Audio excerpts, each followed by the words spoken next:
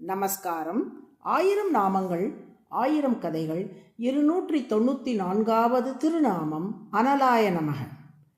திருவரங்கத்தில் வடக்கு உத்திர வீதியில் வாழ்ந்த ஒருவர் வீட்டுக்கு தேவையான காய்கறிகளை வாங்க தெற்கு உத்திர வீதிக்கு செல்ல நேரிட்டது.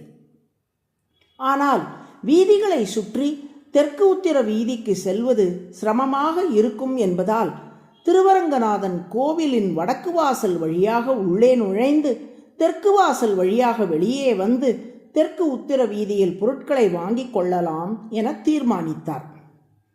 திட்டமிட்டபடி வடக்கு வாசல் வழியாக திருக்கோவிலுள் நுழைந்தார். தெற்கு வாசல் வழியாக வெளியே வந்து தெற்கு உத்திர வீதியை அடைந்தார். தன் வீட்டுக்கு தேவையான காய்கறிகளை வாங்கி கொண்டார். மீண்டும் தெற்கு வாசல் வழியாக கோவிலுக்குள்ளே நுழைந்தார். வடக்கு வாசலை நெருங்கும் சமயம் இடப்புறத்தில் உள்ள ஸ்ரீ ரங்கநாயகி தாயாரின் சந்நிதியை கண்டார்.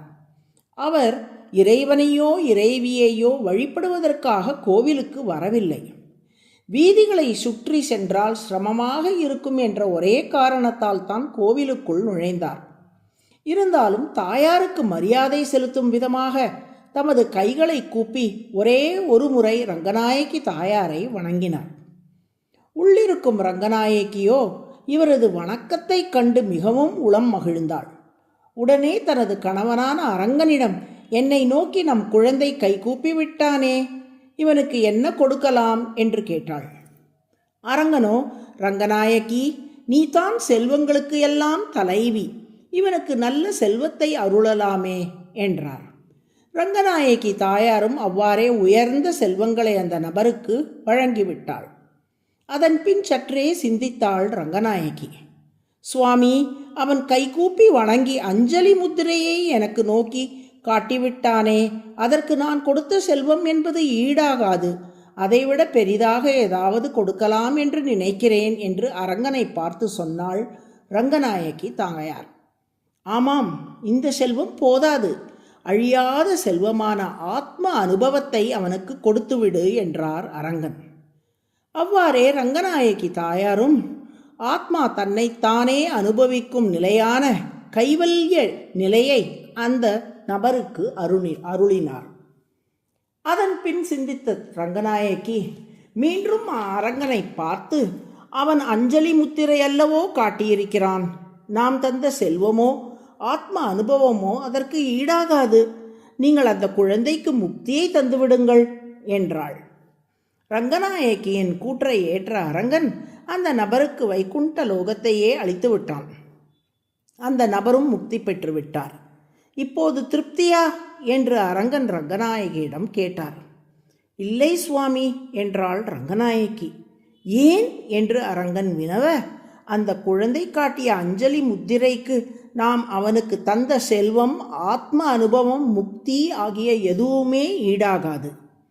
ஆனால் முக்திக்கு மேல் கொடுப்பதற்கு நம்மிடம் ஒன்றுமில்லையே, அதனால் தான் எனக்கு வெட்கமாக உள்ளது என்று பதிலளித்த ரங்கநாயகி தாயார் வெட்கத்தால் தலைகுனிந்து கொண்டாளாம். பராசர பட்டர் ஸ்ரீ குணரத்ன கோஷம் என்னும் நூலில் இந்த கதையை அப்படியே ஒரு ஸ்லோகமாக பாடுகிறார். ஐஸ்வர்யம் அக்ஷரகதிம் பரமம் பதம் வா கஸ்மை சித் அஞ்சலி பரம் வகதே விதீரிய அஸ்மை ந கிஞ்சித் உச்சிதம் கிருதம் இத்யதாம்ப த்வம் லஜ்ஜசே கதய கோயம் உதாரபாவக. ஏதோ போகிற போக்கில் கைகூப்பி அந்த நபருக்கு மிக உயர்ந்த முக்தி உட்பட அனைத்தையும் தந்துவிட்டு இனி கொடுக்க ஒன்றுமில்லையே என வெட்கம் கொண்டு இன்றளவும் ரங்கநாயகி தாயார் தலை குனிந்து கொண்டே கோவில் கொண்டிருப்பதாக இந்த ஸ்லோகத்திலே அனுபவிக்கிறார் பராசரபட்டர். இதிலிருந்து அடியார்களுக்கு எவ்வளவு பெரிய அனுக்கிரகத்தை பண்ணினாலும் திருமாலுக்கும் திருமகளுக்கும் திருப்தி உண்டாவதில்லை. மேலும் மேலும் அடியார்களுக்கு அவர்கள் அள்ளி கொடுத்து கொண்டே இருக்கிறார்கள் என்பது தெளிவாகிறதல்லவா. அலம் என்றால் போதும் என்று பொருள். அனலக என்றால் போதும் என்று எண்ணாதவர். அலம் போதும் என்று எண்ணாமல் அடியார்களுக்கு மீண்டும் மீண்டும் அருளை வாரி வழங்கிக் கொண்டே இருப்பதால் திருமால் அனலக என்று அழைக்கப்படுகிறார். அதுவே சஹஸ்ரநாமத்தின் 294வது திருநாமம். அனலாய நம என்று தினமும் சொல்லி வரும் அன்பர்களுக்கு திருமால் மேன்மேலும் அனுக்கிரகத்தை பொழிந்து கொண்டே இருப்பார். நாராயண நாராயண.